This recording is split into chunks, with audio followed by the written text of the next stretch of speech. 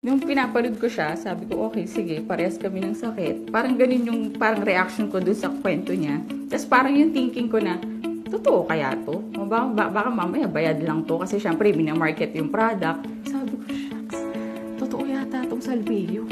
Actually, hanggang ngayon, as in, hindi ko alam kung anong meron kay Salveyo talaga na sobrang miracle food siya.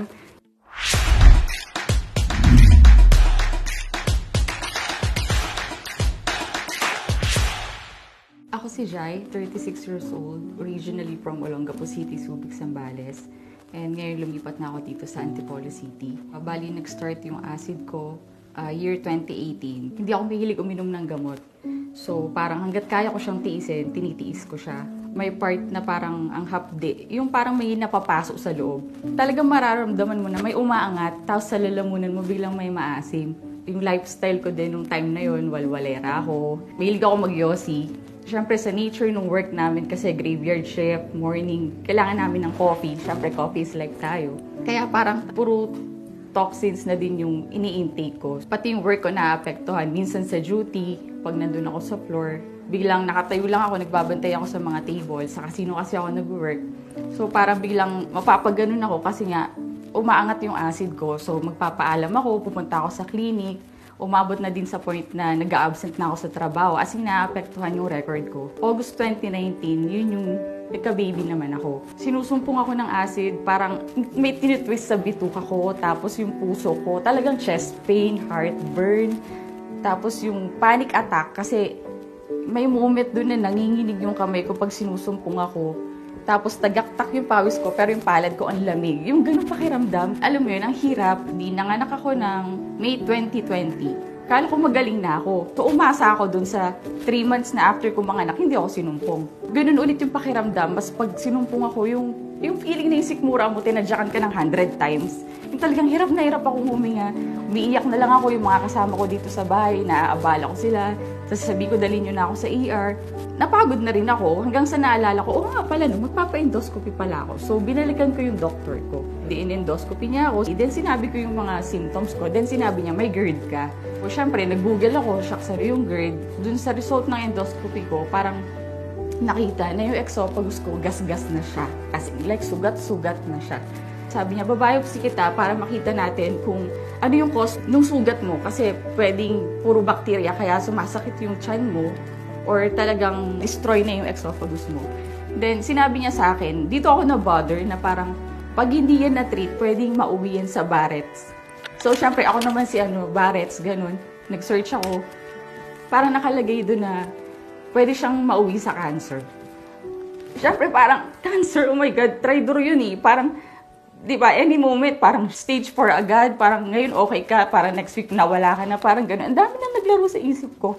Tapos syempre bilang kapapanganak ko lang, iniisip ko, liit pa nung anak ko. Tapos sabi ko, hindi. Sabi ko, kailangan may ano dito. Alam ko may solusyon to, ganyan. Nag-cut ako ng mga bisyo. Ang hindi ko lang talaga maalis yung coffee. Kasi nga, kailangan ko yun sa trabaho ko. Natitrigger pa rin talaga yung GERD ko. Hirap ako matulog kasi talagang yung anxiety ko, talagang sobrang naapektuhan ako sa sakit ko na to. Kaya parang sabi ko, Lord, sige, kung kukunin mo na lang ako. Kasi yung ganito na, pati yung mga kasama ko sa bahay nahihirapan. 2022 ng February, out of nowhere, nagpa-browse lang ako sa Facebook nung time na yon. Then, biglang lumabas tong page nung Salveyo Barley. May video siya. Kasi yung pinaka parang context na nakalagay doon, yung parang may GERD ka ba? Yung pinapanood ko siya, sabi ko, okay, sige, parehas kami ng sakit. Parang ganun yung parang reaction ko doon sa kwento niya. Tapos parang yung thinking ko na, totoo kaya to? O baka mamaya bayad lang to kasi syempre minamarket yung product. Hindi ko makakalimutan na parang biglang yung tenga ko, parang ting! Nung sinabi niya na, ngayon lahat ng bawal nakakain ko na. So talagang pinindot ko agad yung how to order. Tapos hanggang sa may agent na nakipag-chat sa akin, naka-order ako ng barley. Ngayon parang sabi ko, parang ang mahal nun na. Parang inisip ko, okay sige, kung nakakagastos nga ako sa kape araw-araw, yun yung barley, sige try natin, wala namang mawawala. Tapos hanggang sa dumating na siya, in-order ko nun trial pa kasi syempre yun yung mas mura at the same time, gusto ko lang muna siyang i-try. Tinry ko, sinunod ko yung instructions, bawal siya sa hot, saka sa warm, dapat cold lang, o kaya room temp na water. 2 scoops sa isang glass. Okay, sige, dahil nga gusto kong gumaling, alam mo yung masunurin ko na kailangan 2 scoops. Pag tinakal ko pa siya, ginaganon ko. Binilang ko pa kung sakto talagang pang 1 month siya. Nung ininom ko, wala siyang pait, smooth lang siya. Talagang sabi ko, dito ako gagaling. Doon ko rin na-realize na kaya pala ramdam ko yung pag-angat ng acid. Pag naman yung sugat, kinalamansian mo, masakit yun. So ako yung acid, umaangat, tinatamaan yung mga gasgas. Ganun katindi yung nararamdaman kong pain. Pero nung nag-inom ako ng Salveo Barley, parang ang conclusion ko doon, syempre yung, para siyang lumot eh.